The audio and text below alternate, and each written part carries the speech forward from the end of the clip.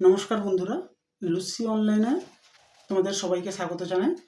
আমি তোমাদের অঙ্কের স্যার জগন্নাথ প্রামাণিক।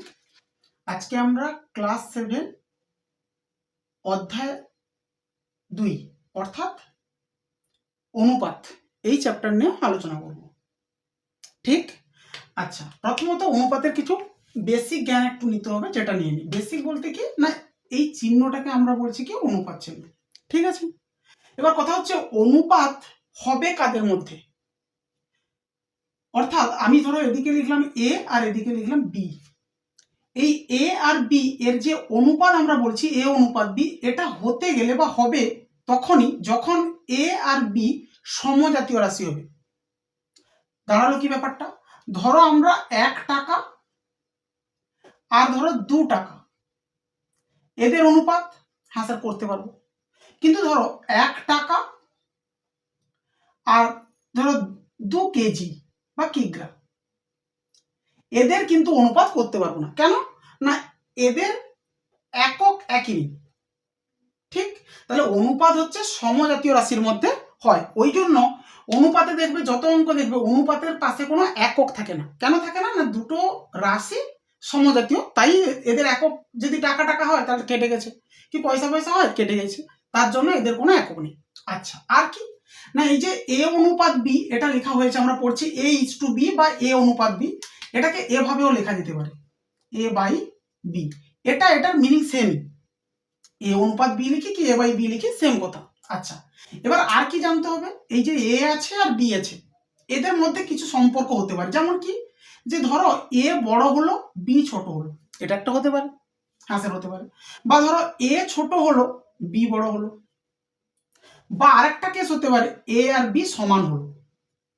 আমাদেরকে জানতে হবে এটা যখন এদের মধ্যে এই সিচুয়েশন হবে তখন একে কি বলবো, কি এই সিচুয়েশন হলে কি বলবো বা এই সিচুয়েশন হলে কি বলবো। যখন এই সিচুয়েশন হবে, অর্থাৎ আচ্ছা আরেকটা কথা বলে দিই, এই যে প্রথমে যে আছে অনুপাতের প্রথম, তাকে আমরা কি বলছি না, তাকে বলছি আমরা পূর্বপদ। আর দ্বিতীয় যে আছে তাকে আমরা কি বলছি, উত্তরপদ। বা তোমরা একে প্রথম পদ, একে দ্বিতীয় পদ, এটাও বলতে পারো, একই কথা। এবার যদি আমাদের পূর্বপদ বড় হয় উত্তরপদ ছোট হয়, তখন কি না, তখন সেই অনুপাতকে আমরা বলবো কি গুরু অনুপাত।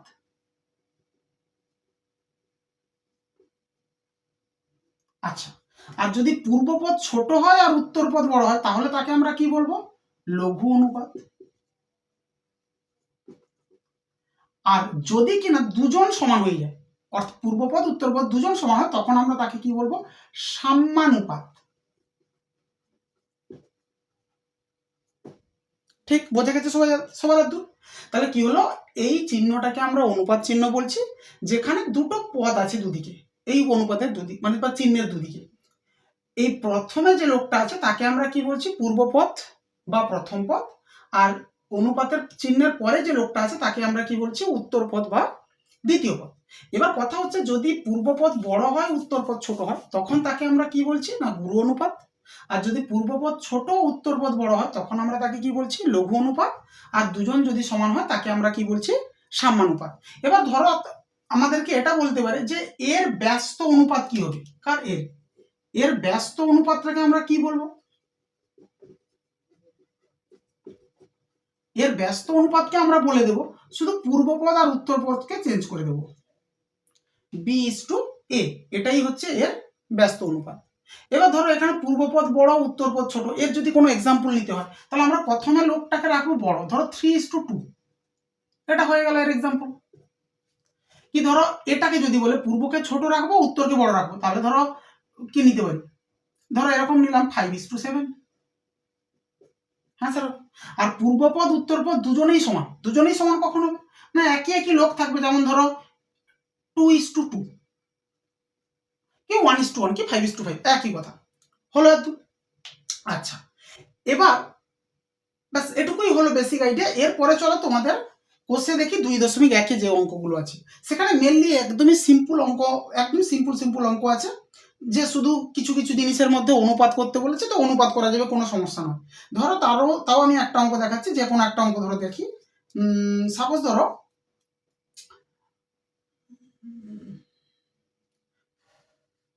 আচ্ছা, ধরো আমি নিয়ে নিচ্ছি কিরকম, ধরো 4-এর দাগ আমি নিচ্ছি, 4-এর দাগ।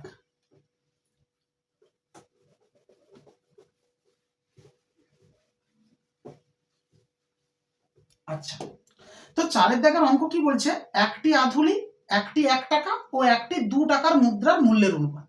ঠিক, তাহলে আধুলি এটা মানে আমাকে জানতে হবে। আধুলি মানে একটি আধুলি যেটা, সেটা মানে কত। আর একটা কথাও তোমাদের পরীক্ষা হলে আসতে পারে, একটি সিকি, সেটা আবার মানে কত। সিকি মানে হচ্ছে কি না স্যার, সিকি মানে হচ্ছে 25 পয়সা। ঠিক, আর আধুলি মানে কি না, আধুলি মানে হচ্ছে স্যার 50 পয়সা। ঠিক না, আর আমাদেরকে কি বলছে, একটি 1 টাকা, আর কি বলছে না একটি 2 টাকা।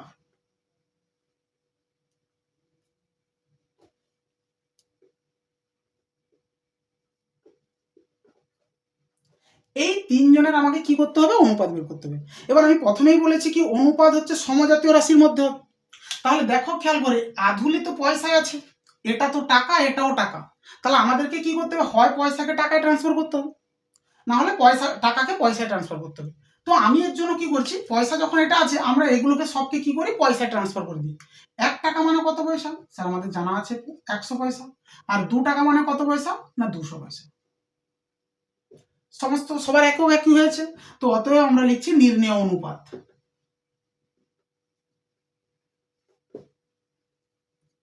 সমান কার কার অনুপাত, এই লোক এই লোক এই লোক, অর্থাৎ কিনা কি কি 50, 100 আর হচ্ছে আমাদের কত 200। ঠিক, তো স্যার কাটাকাটি করে নি, 0 0 0 কেটে গেল, 5 কেটে 5 একে 5 2 5 4, তো উত্তর তো কত এসছে 1 2 4।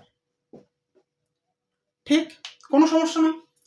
আচ্ছা, এবার পার্টিকুলার দেখো, এগুলো তো এমনি অনুপাতের অঙ্ক, এগুলো কোনো সমস্যা না। এবার মেনলি যে অঙ্ক আছে সেখানে আছে 8-এর দাগ, 9-এর দাগ, 10-এর দাগ, এই তিনটা অঙ্ক একটা টাইপ। আর দেখবে তোমরা কোষে দেখি 2.3, মেনলি এই দুটো জায়গা থেকে এরকম টাইপেরই অঙ্ক পরীক্ষা তোমাদের পড়বে। কোষে দেখি 2.3 আর কোষে দেখি 2.1। কোষে দেখি 2.1-এর যে অঙ্কগুলো আছে 8 9 10, আর কোষে দেখি 2.3 পুরোটাই।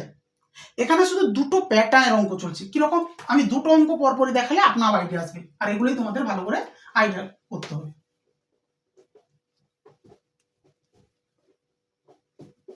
আচ্ছা, ধরো 8-এর দাগ, 9-এর দাগ, 10-এর দাগ, তিনটা অঙ্কের মধ্যে আমি যে কোনো একটা অঙ্ক দেখাচ্ছি। সাপোজ ধরো 10-এর দাগের অঙ্ক। আচ্ছা, এটা চলছে কত, কোষে দেখি 2.1। বেশ, এটা লেখা থাক। 10-এর দাগের অঙ্ক কি বলছে, আবার প্রশ্ন করি। বলছে বৃত্তের পরিধি ও ব্যাসের অনুপাত দেওয়া আছে কত, 22:7। বেশ, আমাকে বলছে কি যে বৃত্তের ব্যাসের দৈর্ঘ্য 2 মিটার 1 ডেসিমিটার, সেই বৃত্তের পরিধি হিসাব করে লিখি। তাহলে প্রথমে প্রশ্ন পড়ে খেয়াল করে একবার, যে দুজনের অনুপাত দেওয়া আছে, অর্থাৎ কার কার, পরিধি আর ব্যাস, এই দুজনের অনুপাতের মধ্যে একজনের মান কিন্তু দেওয়া আছে আমাদেরকে, কার, ব্যাসের মান দেওয়া আছে। কথা কি বোঝা গেছে এবার, পরিধি আর ব্যাসের অনুপাতের মধ্যে দেওয়া আছে কার মান, ব্যাসের মান। তাহলে এটা একটা টাইপ, যখন যে দুজনের অনুপাত আছে তার মধ্যে একজনের মান দেওয়া থাকবে, তখন আমরা এগোবো যে প্রসেসে করছি এখন এরকম। কিন্তু যদি যে দুজনের অনুপাত দেওয়া আছে তাদের মধ্যে সবার মানে টোটাল মান দেওয়া থাকে, তখন আর একটা টাইপ যেটা আছে কোষে দেখি 2.3। কথা কি বোঝা গেছে? আমি একবার অঙ্ক করে তাহলে বুঝতে পারবো 10-এর দাগে। তাহলে আমরা লিখে নেবো বই দেখে দেখে কার কার অনুপাত দেওয়া আছে, বৃত্তের পরিধি ও ব্যাসের অনুপাত, তাই লিখবো বৃত্তের পরিধি ও ব্যাসের অনুপাত। ব্যাসের অনুপাত, পরিধি ও ব্যাসের অনুপাত বইতে কত বলছে না স্যার, বলছে 22:7। ঠিক, আচ্ছা, তো এবার আমি লিখি এখানে কার কার অনুপাত, পরিধি আর ব্যাসের অনুপাত, তো আমরা বা দিতে পারি, বা অতএব বা দিই, বৃত্তের পরিধি বাই, স্যার বাই কেন, অনুপাত থাকলে আমি প্রথমেই বলেছিলাম এ অনুপাত বি মানে এ বাই বি, এরকম লেখা যায়। তাহলে বৃত্তের পরিধি আর বৃত্তের ব্যাস, নিচে কি থাকছে আমাদের বৃত্তের ব্যাস, এই দুজনের অনুপাত কত দেওয়া আছে 22:7, তার মানে আমরা লিখতে পারি 22/7। আর তো কোনো সমস্যা নেই, দুজনের অনুপাত দেওয়া ছিল তো বাই বাই আকারে লিখে নিয়েছি, যেহেতু অনুপাতকে বাই আকারে লেখা যায়। এবার কি না স্যার, এবার হচ্ছে এই দুজনের মধ্যে একজনের মান আমাদের জানা আছে। এখানে 8-এর দাগের 9-এর দাগ 10 দাগ তিনটা অঙ্কেই দেখবে প্রত্যেক সময় একজনের করে মান দেওয়া আছে। তো আমাকে দেওয়া আছে কার মান, বৃত্তের ব্যাসের মান। তাহলে সাইডে আমরা একটু চলে আসি, বৃত্তের ব্যাস কত বলছে না স্যার, বৃত্তের ব্যাস বলছে 2 মিটার 1 ডেসিমিটার, 2 মিটার 1 ডেসিমিটার। ঠিক, এবার দেখো 2 মিটার 1 ডেসিমিটার মানে একে যদি আমরা চেঞ্জ করে দিই, ধরো ডেসিতে ট্রান্সফার করে দিই, তাহলে মিটার থেকে deci, kilo hecto deca metre deci, metre deci. তাহলে সামনে এগোচ্ছি, 10 দিয়ে গুণ দিতে হবে, 2 গুণ 10 যোগ, আর আমাদের হাতে ছিল কত 1, তাহলে কত, এটা কিন্তু একক চলছে কিসে ডেসিমি, তাহলে কত হচ্ছে 21 ডেসিমি। বোঝা গেছে সবাই? তাহলে বৃত্তের ব্যাসের দৈর্ঘ্য আমরা কত পেয়ে গেলাম 21 ডেসিমি। ঠিক, এটা ব্যাসের জায়গায় বসে, যার মান দেওয়া আছে তার জায়গায় বসাবো। তাহলে বা উপরে তো বৃত্তের পরিধি আছে, হ্যাঁ স্যার ঠিক আছে, যা আছে লেখা তাই।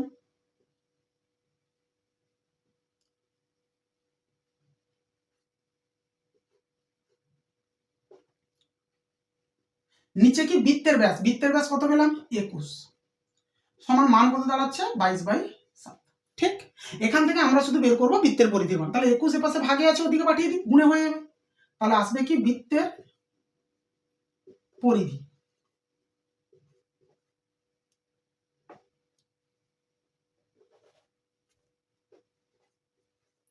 কত হচ্ছে স্যার না 22/7 তো ছিলই, সাথে যাচ্ছে কোন একে 21, তো কাটাকাটি করে দিই, 7 3 21, উত্তর কত হলো 22 3 66 ডেসিমি হলো। তা বৃত্তের পরিধি বের করতে বলছিল, পরিধি বেরিয়ে গেছে, কোনো সমস্যা নাই। বোঝা গেছে সবাই? তো এটা একটা টাইপ যেখানে যে দুজনের অনুপাত দেওয়া আছে তার মধ্যে একজনের মান কিন্তু দেওয়া আছে, এটা একটা টাইপ। আর একটা টাইপ যখন আসবে আমি বলছি তখন। আচ্ছা, আর এখানে সমস্ত অঙ্ক তোমরা পারবে করতে, কোনো সমস্যা নেই। এবার ধরো আর একটা, আচ্ছা আমরা চলে আসি এবার কত কোষে দেখি 2.2তে চলে আসি, ওখানে প্রত্যেকটা টাইপের আমি একটা দুটো করে দেখাচ্ছি, তো করতে পারবো।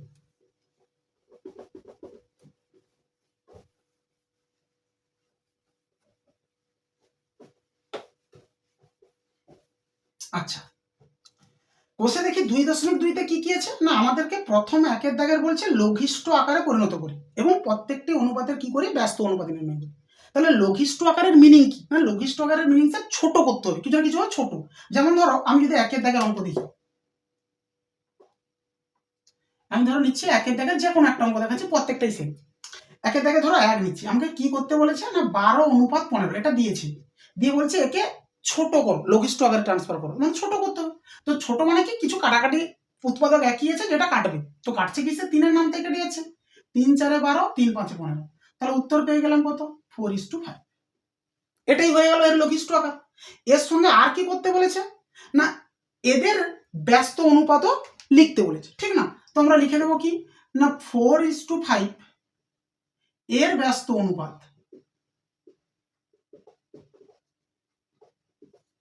স্যার ব্যস্ত অনুপাত মানে আমাদের জানা আছে কি হয় না, পূর্বপদ উত্তরপদ প্লেস চেঞ্জ করে নিজেদের মধ্যে, অর্থাৎ কিনা 5:4। বোঝা গেছে সবাই? একদমই সহজ। এবার ধরো 2-এর দাগে কি বলছে না, ভগ্নাংশ আছে বা দশমিক আছে, সেগুলোকে নিয়ে যেতে হবে কোথায়, পূর্ণ সংখ্যায় নিয়ে যেতে হবে। যেমন ধরো আমি যে কোনো একটা অঙ্ক দেখাচ্ছি, সাপোজ ধরো 2-এর দাগের আমি নিচ্ছি কত সি, 2-এর দাগের কত করছি সি করছি, আমাকে দেওয়া আছে কত 0.7 কত দেওয়া আছে আমাকে 0.49।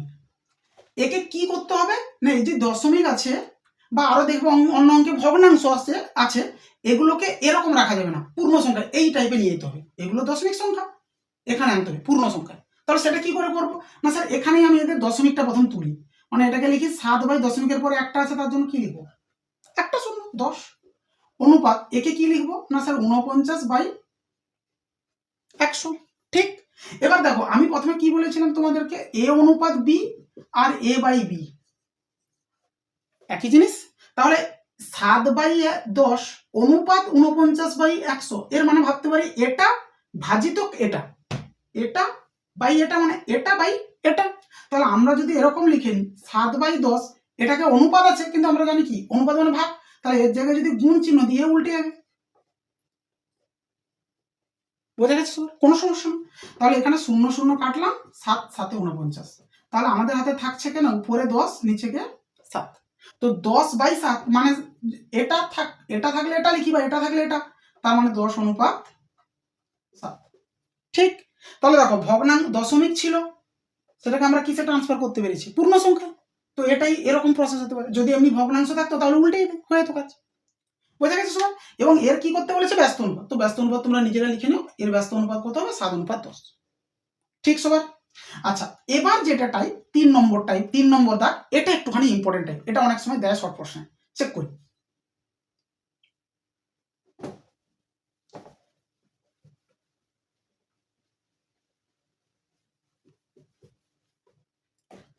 আচ্ছা, 3-এর দাগে দেখো, যে কোনো অঙ্ক নিচ্ছি পরে একটুখানি, আমি আগে বুঝে নিই যেটা করতে বলেছে তার মিনিং কি।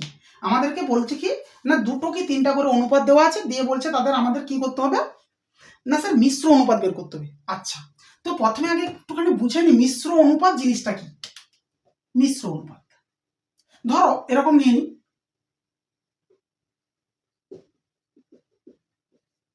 মিশ্র অনুপাত। আচ্ছা স্যার, এই জিনিস কি, ধরো আমাদের হাতে 3টা অনুপাত দিয়েছে, এ অনুপাত বি একটা, সি অনুপাত ডি একটা, আর ধরো ই অনুপাত এ একটা। ঠিক।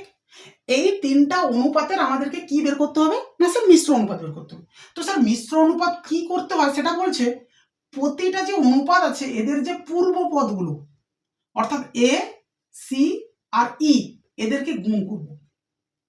প্রতিটা অনুপাতের পূর্বপদ ফার্স্টগুলো একসঙ্গে গুণ, অনুপাত উত্তর পদগুলোকে একসাথে গুণ। কথা কি বোঝা গেছে সবার? তাহলে ব্যাপারটা কি হলো, আমাকে যদি 2টো কি 3টা কি 4টা কি 5টা যাই দিক অনুপাতের যদি মিশ্র অনুপাত বের করতে বলে, আমরা করবোটা কি, প্রত্যেকটা অনুপাতের পূর্ব পদকে একসঙ্গে গুণ করব, অনুপাত প্রত্যেকটা অনুপাতের উত্তর পদকে একসঙ্গে গুণ করব, যা রেজাল্ট আসবে অনুপাত দিয়ে মাঝে মাঝে অনুপাত দিয়ে দিলাম, দিয়ে এখানে কাটাকাটি করলে যা আসবে তাই উত্তর। যেমন ধরো আমি তোমাদের একটা অঙ্ক নিচ্ছি, স্যার কোনটা নিচ্ছি, সাপোজ ধরো বি, 3 কত নিচ্ছি বি নিচ্ছি। তো আমাকে কি করতে বলেছে 7/5 অনুপাত, অনুপাত স্যার কত 3 কমা, তারপরে কে 5/7 অনুপাত, অনুপাত কত স্যার 1/16। আচ্ছা, ও আরেকজন কে আছে 3/16। এই যে 3টা অনুপাত, এটা একটা, এটা একটা আর এটা একটা, এই 3 জনের আমাদেরকে কি বের করতে বলেছে মিশ্র অনুপাত বের করতে। তাই লিখবো, তাই আমরা এত এত ও এত এর মিশ্র অনুপাত।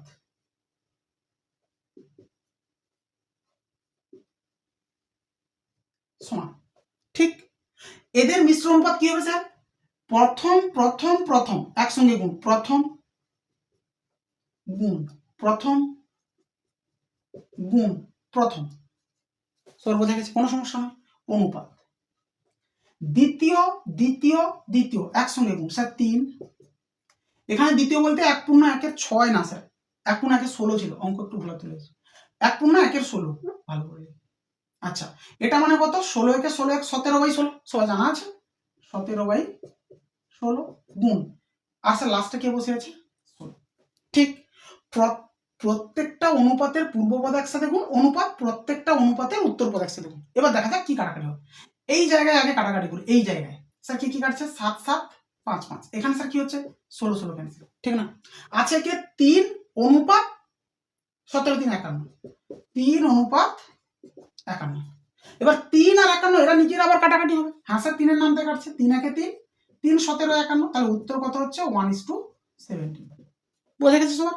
আমাদেরকে মিশ্র অনুপাত করতে বলছে, এবার সঙ্গে লিখতে বলছে যে এটা যে এলো এটা গুরু অনুপাত, লঘু অনুপাত না সাম্যানুপাত। অবভিয়াসলি দেখে বোঝা যাচ্ছে পূর্বপদ ছোট উত্তরপদ বড়, তার মানে কি এটা না স্যার লঘু অনুপাত।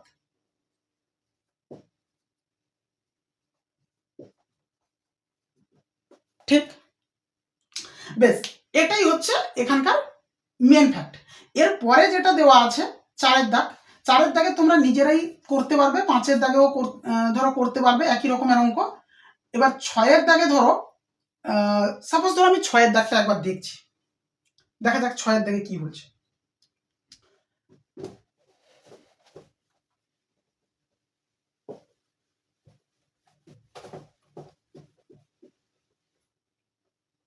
একবার 6-এর দাগ চেক করে বলছে কি, এটা ঠিক ঠিক আগের মতোই যেরকম করছিলাম, দুটি বাড়ির দামের অনুপাত দেওয়া আছে আর দ্বিতীয় বাড়ির দাম দেওয়া আছে, তাহলে প্রথম বাড়ির দাম কত, এটা তোমরা করতে পারবে। একটু আগেই দেখালাম যে দুজনের অনুপাত থাকে তার মধ্যে যদি একজনের মান দেওয়া থাকে তখন আমরা কি করি, বাই বাই করে নিই, করে নিলে তোমরা কি দ্বিতীয় বাড়ির যেহেতু দাম দেওয়া আছে তাহলে তোমরা প্রথম বাড়ির দাম বের করে নিতে পারবে।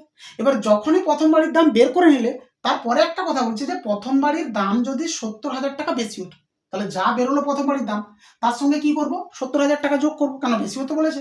তাহলে দুটো বাড়ির দামের অনুপাত, অর্থাৎ প্রথম বাড়ির যা মান আসবে যোগফল আর দ্বিতীয় বাড়ির দাম তো আমাদের হাতে দেওয়াই আছে 4,20,000, এদের অনুপাত করলেই উত্তর হইবে। বুঝতে পারলে, ওতে কোনো কঠিন ভাবনা করতে পারবে।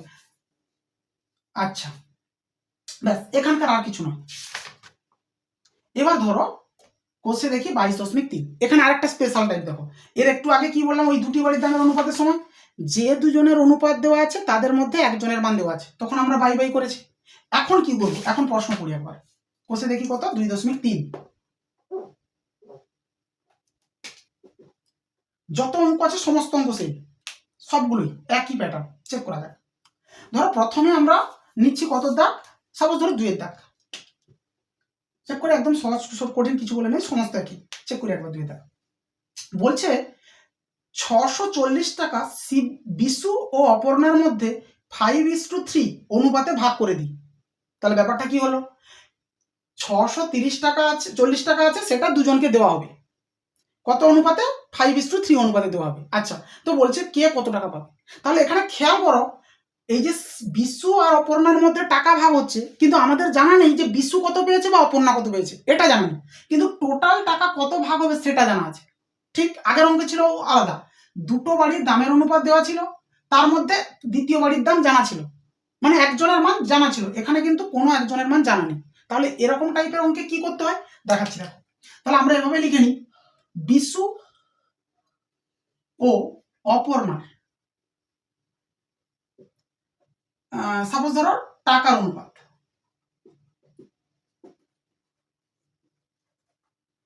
কত, বইতে বলছে 5:3। ঠিক, এবার এখানে কিন্তু বিশুর টাকা বাই অপর্ণার টাকা এটা করব না, কেন কেন করবো না এটা, না এখানে দুজনের মধ্যে একজনের মান জানা নেই, আমাদের দুজনের মধ্যে টোটাল মান জানা আছে। তো এখন কি করতে হয়, না এখানে আমাদের লিখতে হয় কি, বিশুর টাকার আনুপাতিক ভাগার। আনুপাতিক ভাগারের মিনিং কি হলো, টোটাল দেখো 5 আর 3, তাহলে যোগ যদি করে দিই 8, অর্থাৎ 8 ভাগের মধ্যে বিশু ক ভাগ নিয়েছে সেটা হচ্ছে তার আনুপাতিক ভাগার।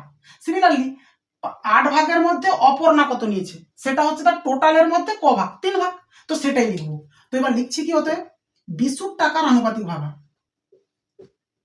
বিশুর টাকার আনুপাতিক ভাগার, মানে অনুপাত যে হিসাবে সেই হিসাবে সে কতটা ভাগ হার পেয়েছে, মানে কটা ভাগের মধ্যে কটা ভাগ পেয়েছে সেটাই আনুপাতিক ভাগার। সেটা স্যার কত হবে, না বিশু প্রথমে আছে, তাহলে প্রথমে এখানে 5 আছে, এবার এদের যোগ মানে টোটাল, টোটাল কত 8, অর্থাৎ 8 ভাগের মধ্যে বিশু পেয়েছে 5 ভাগ, সেটাই হচ্ছে আনুপাতিক ভাগার। সিমিলারলি কার লিখবো, অপর্ণার টাকার আনুপাতিক ভাগার, সেটা স্যার কত আসবে, না অপর্ণা পেয়েছে তো 3টা ভাগ, কিন্তু কটা ভাগের মধ্যে, টোটাল 8 ভাগের মধ্যে হলো। তাহলে এই অনুপাতে বিশু অপর্ণার মধ্যে টাকা ভাগ দেওয়া চলছে, তার মধ্যে বিশু পেয়ে গেছে কত 8 ভাগের মধ্যে 5 ভাগ, আর অপর্ণা পেয়ে গেছে কত 8 ভাগের মধ্যে 3 ভাগ, কিন্তু আমাদের হাতে টোটাল টাকা কত আছে, মানে যেটা তাদের মধ্যে ভাগ হবে সেটা কত স্যার 640, তো স্যার সেটা লিখি। এখন মোট অর্থের পরিমাণ,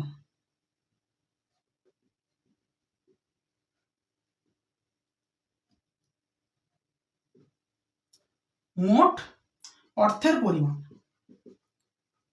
স্যার কত, না 640 টাকা, মোট কত টাকা ভাগ হচ্ছে 640 টাকা। তো 640 টাকার মধ্যে বিশু পাবে, অতএব বিশু পাবে স্যার কতটুকু পাবে না 640 ইন্টু তার যে আনুপাতিক ভাগ 5/8। তো কাটাকাটি করে দিই, 8 8 64 শূন্য, অর্থাৎ 8 5 40, 400 টাকা, ঠিক না স্যার? এবং অপর্ণা পাবে কত না স্যার? অপর্ণা পাবে 640 ইন্টু তার যে আনুপাতিক ভাগ 3/8। এখানে সেম কাটাকাটি, 240 টাকা। এই হচ্ছে অঙ্কের টাইপ। তাহলে টাইপ কি না আমাদের খেয়াল করতে হবে দুটো কথা স্যার। যখন যে দুজনের অনুপাত দেওয়া আছে তাদের মধ্যে একজনের মান দেওয়া থাকবে, তখন আমরা কি করব না স্যার বাই বাই করব, অর্থাৎ এর টাকা বাই ওর টাকা এভাবে করব যখন একজনের মান জানা থাকবে তখন। কিন্তু যদি কিনা যে দুজনের অনুপাত দেওয়া আছে তাদের মধ্যে কোনো একজনের মান জানা না থেকে সম্পূর্ণ মানটা জানা আছে যদি থাকে এরকম, তখন আমরা আনুপাতিক ভাগাহার হিসেবে করব। এবার তোমরা এটা কি করতে পারো, একটা স্টেপ কমাতে পারো, এই যে দুটো লাইন ভাষা লিখেছি এটা এখানে না লিখে এখানেও করতে পারো, মানে এই দু লাইনের পরিবর্তে এখানে লিখে দিতে পারো। কিরকম 5/2 জনের যোগ 8, তখন স্যার এখানে অনুপাত না কমা 3/2 জনের যোগ মানে 8, এইটুকু করে দিয়ে তারপরে এখানে ঢুকে আসতে পারো। হলো, এটুকুও তোমরা করতে পারো। এরকম ভাবে সমস্ত অঙ্কই সেম, যত অঙ্ক আছে সব, কোনো অঙ্কের কোনো কিছু তফাৎ নেই, সমস্ত অঙ্ক সেম। এবার ধরো তাও আর একটা দুটো আমি অঙ্ক দেখাচ্ছি, যেমন কত নম্বর আমি ধরো দেখাচ্ছি, সাপোজ ধরো 4 নম্বর।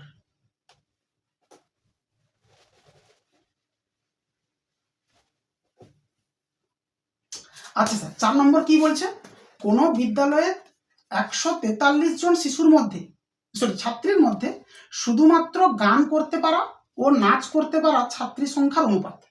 তাহলে আমাকে দেওয়া আছে কিসের কিসের অনুপাত সেটা আগে লিখে নিই। গান করতে পারা ও নাচ করতে পারা ছাত্রী সংখ্যার অনুপাত লিখি। গান করতে পারা ও নাচ করতে পারা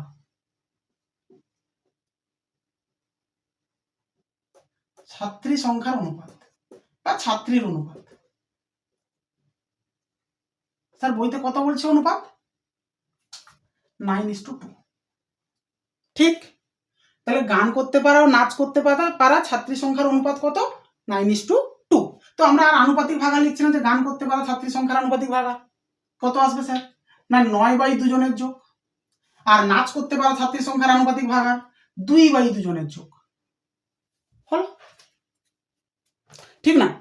তাহলে এটা হয়ে গেল আমাদের। এবার মোট টোটাল ছাত্রী সংখ্যা কত সেটা বলেছে 143 জন। আচ্ছা স্যার লিখে নি। এখন মোট ছাত্রী সংখ্যা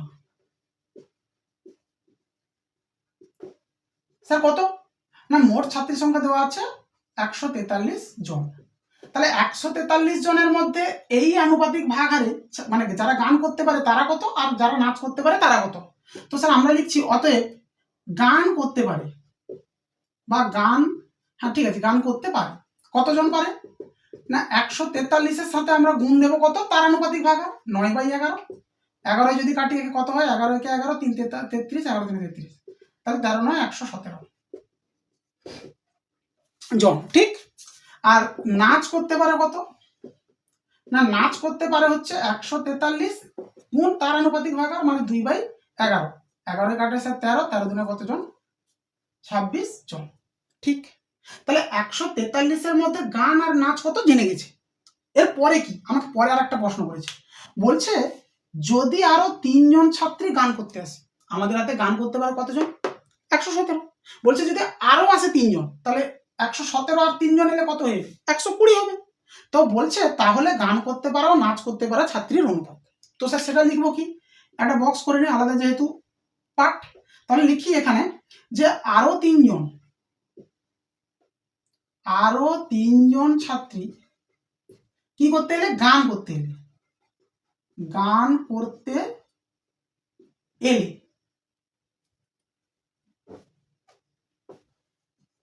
এলে গান করতে পারা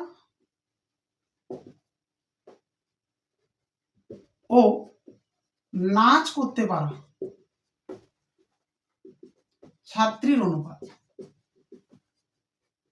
স্যার কত আসবে?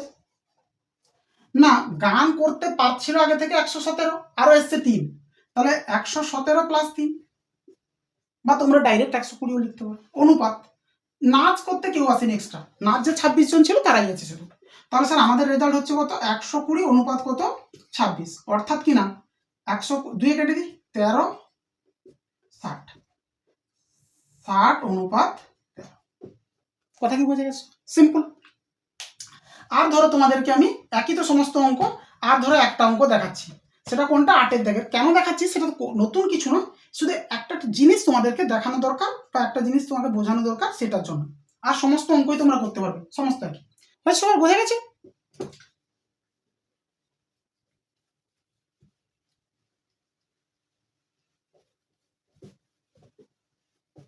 ধরো আর একটা অঙ্ক নিই, কত দাগ? 8-এর দাগ।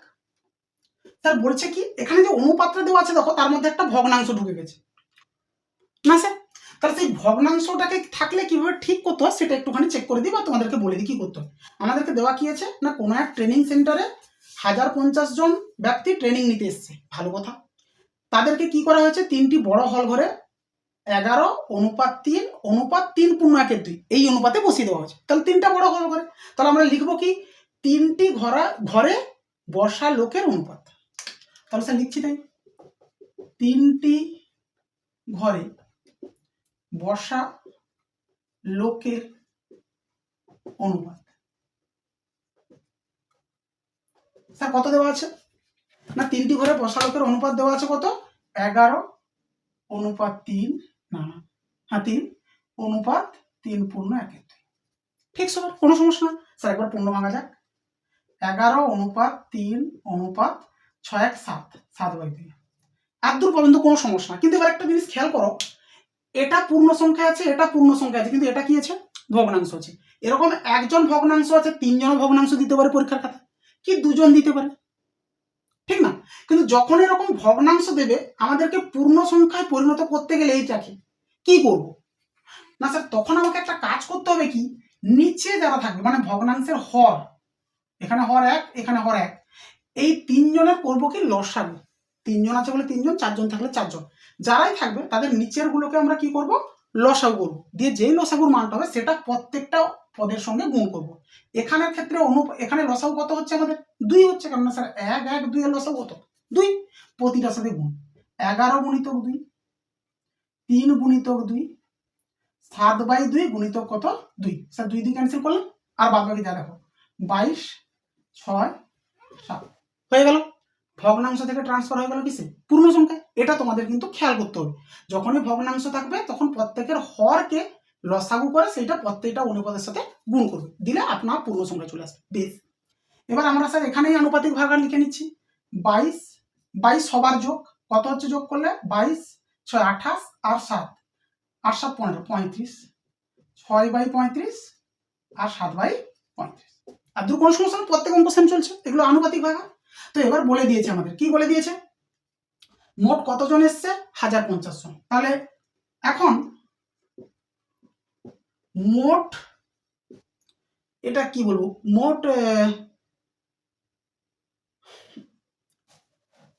মোট লোক সংখ্যা ধরো, মোট লোক সংখ্যা কতজন এসছে ট্রেনিং নিতে?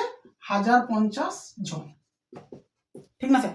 আমাকে জিজ্ঞেস করছে কি প্রথম ঘরে কতজন, দ্বিতীয় ঘরে কতজন, তৃতীয় ঘরে কতজন, অর্থাৎ প্রতিটা হল ঘরে কতজন বসছে। তো স্যার অতএব প্রথম ঘরে বসেছে, প্রথম ঘরে বসেছে স্যার কতজন হবে না, 1050-এর সঙ্গে আমরা গুণ করবো কত? প্রথমের আনুপাতিক ভাগার, অর্থাৎ 22/35। যদি দেখি আমরা এখানে ডাইরেক্ট যদি কাটাকাটি করতে চাই, 35 ধরো 35 কিসে কাটতে পারে? 3-এ, 3 5 15 5 হাতে 1, 3 3 9 10, 35 3-এ 105 আর একটা শূন্য, তাহলে আমাদের উত্তর কত হচ্ছে? 22 3 66 আর একটা শূন্য, এতজন প্রথম ঘরে বসলো। স্যার অতএব দ্বিতীয় ঘরে কতজন বসছে? একই ব্যাপার, তোমরা নিজেরাই পেরে যাবে। স্যার কত বসছে? 1050, এর সঙ্গে গুণ দেবো কত? দ্বিতীয় আনুপাতিক ভাগার 6/35, সেম কাটাকাটি 180 জন। আর তৃতীয় ঘরে বসছে কত? স্যার কত বসবে? ওই একই 1050, ইন্টু 7/35। তো কাটাকাটি করলে 35 3 30, 7 3 কত 21 জন, আরে সরি 210 জন। বোঝা গেছে? সিম্পল একদমই। তাহলে এই গেল আমাদের অনুপাতের উপর টোটাল যে পার্ট সেটুকুই। তাহলে আমাদের কি আজকে আমি কুইকলি রিভিশন করলাম, কেন তোমাদের পরীক্ষা সামনে। তাহলে কুইক রিভাইজ করতে গেলে বা কি কি কনসেপ্ট আছে বা কীরকম টাইপের অঙ্ক হতে পারে সেগুলো আমি পুরোটা করিয়ে দিলাম। ঠিক, কেন পরীক্ষা চলে এসছে সবার সামনে। তাহলে একবার শুধু কুইক রিভাইজ করার জন্য মোটামুটি যে যে অঙ্কগুলো ইম্পর্টেন্ট আছে বা যে যে কনসেপ্ট এই অনুপাতে আছে সেগুলো আমি বলে দিলাম। ঠিক, আর দূর থাকুক। থ্যাংক ইউ সবাইকে আজকের মতো।